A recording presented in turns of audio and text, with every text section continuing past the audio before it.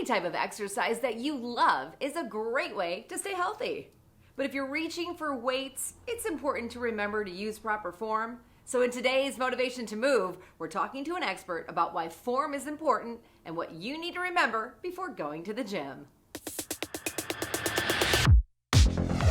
Joining us today with some advice on how to achieve proper form in our workouts is Tom Ledwidge from Crosstown Fitness. Hey, Tom. Hi. Great to have you here. Let's talk about proper form, because when we say proper form, explain what that means.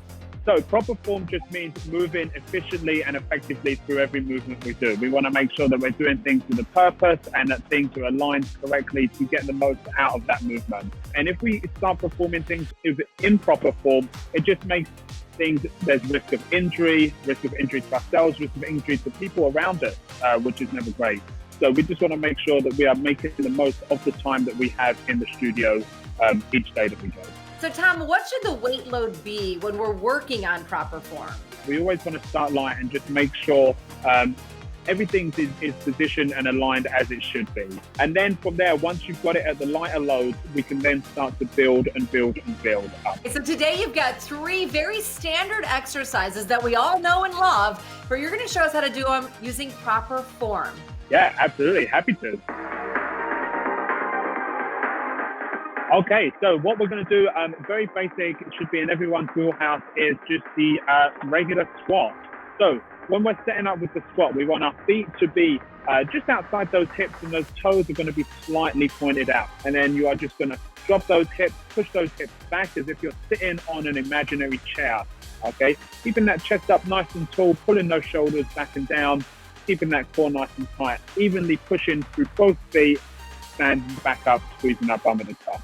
Okay, exercise number 2, one of my favorites is the deadlift. So when you're doing the kettlebell deadlift, you want to make sure that that kettlebell is not way out in front of you. You want to be standing almost directly on top of it, having that handle in line with your shoelaces. Feet are hip width apart, so they're slightly narrower than the squat's done, hip width apart. As we hinge over, it's vitally important to keep our back nice and flat. As we pick that kettlebell up, we are driving through our feet, evenly distributed. As we pick that kettlebell up, we want our hips and our shoulders to both come up at the same time. Okay, exercise number 3 is going to work our shoulders, but it's done incorrectly a lot. So you've got some tips on this one. What we're going to be doing here is we will have 2 weights, whether it be dumbbells, kettlebells, and we are going to be pushing it over our head. Core is staying nice and tight. We're keeping those elbows tucked in nice and tight. We're pressing up through our shoulders. As we come through, we want to make sure we're fully extending up. So our bicep is then by our ear. We don't want to be pushing out ahead of us. We don't want our hips being protruded forward. So important, Tom. Thank you so much.